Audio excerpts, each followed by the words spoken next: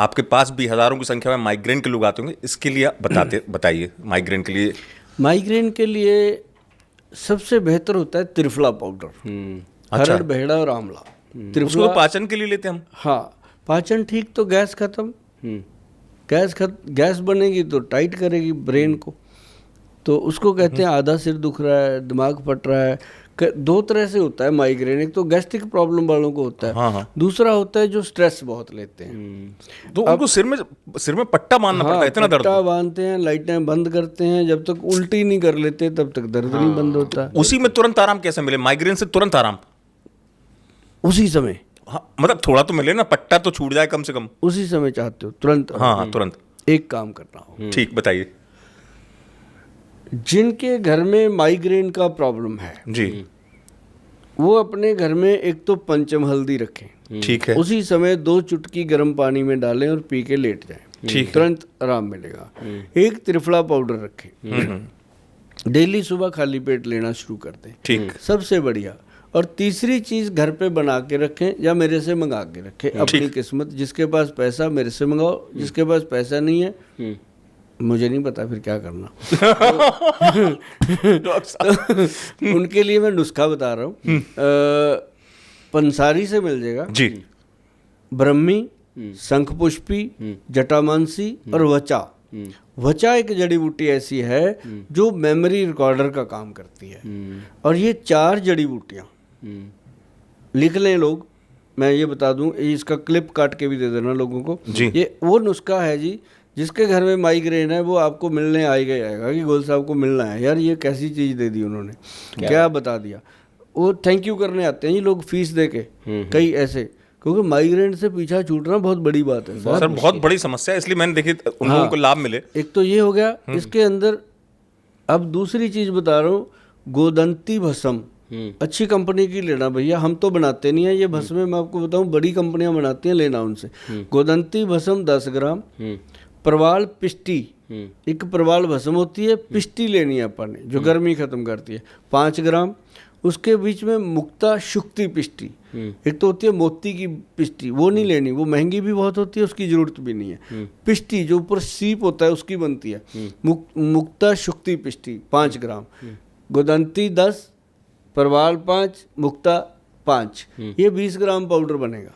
निकाल लो, शीशियों में आता है, निकाल के उसके अंदर ये 4 जो मैंने जड़ी बूटियां बताई हैं, हाँ, वो चारों को 50-50 ग्राम ले लो, 200 ग्राम हो गया।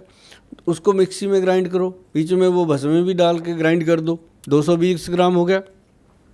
छान दो छलनी में, 200 ग्राम बचेगा, 20 ग्राम वेस्टेज हो गई। ठीक है, पूरा 200 ग्राम मटेरियल आपके पास तैयार हो गया। उसका 5 ग्राम का 1 चम्मच जी रात को गरम गरम पानी से या गरम गरम दूध से लेके सो जाओ। अगर 5-6 दिन के बाद माइग्रेन हो गया तो अपन उसके बताने बंद कर देंगे। बहुत बड़ी बात कह दी, देखिए, क्योंकि और ये बड़ी समस्या भी है सुनील।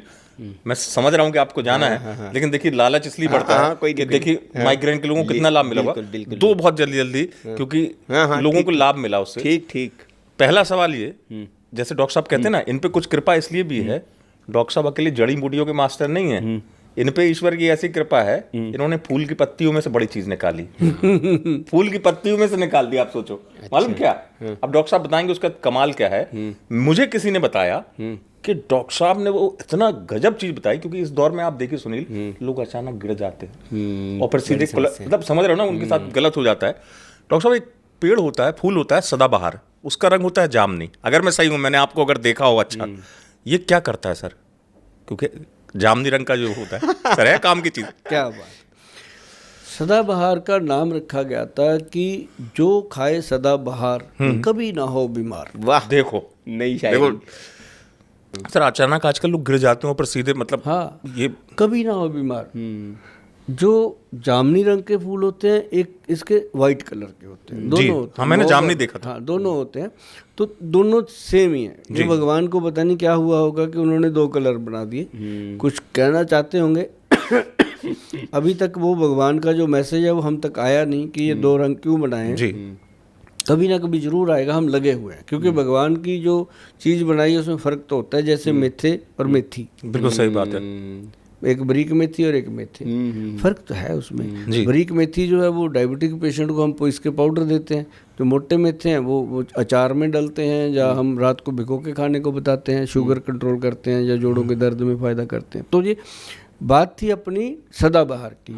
अब सदाबहार का क्या है, मैं लोगों को बताया था कि सदाबहार का पौधा पूरा लो। ठीक है, लिया पौधा लिया। हमेशा जब भी आप पौधे को उखाड़ते हो या तोड़ते हो तो उसको एक बार हाथ जोड़ के विनती कर लो कि हे वनस्पति के देवता, ये तेरी धरोहर है, ठीक, तूने बनाई थी, तूने उगाई थी, मैंने तो उगाई नहीं, ये तेरी धरोहर है, मुझे ये अपने शरीर के पोषण के लिए चाहिए, ठीक है, इसके अंदर औषधि गुण पैदा करो। ठीक, ठीक, तो प्रभु उसके अंदर औषधि गुण डालते हैं आपकी इच्छा अनुसार। ठीक, उसको फिर आपको उसको उखाड़ना है।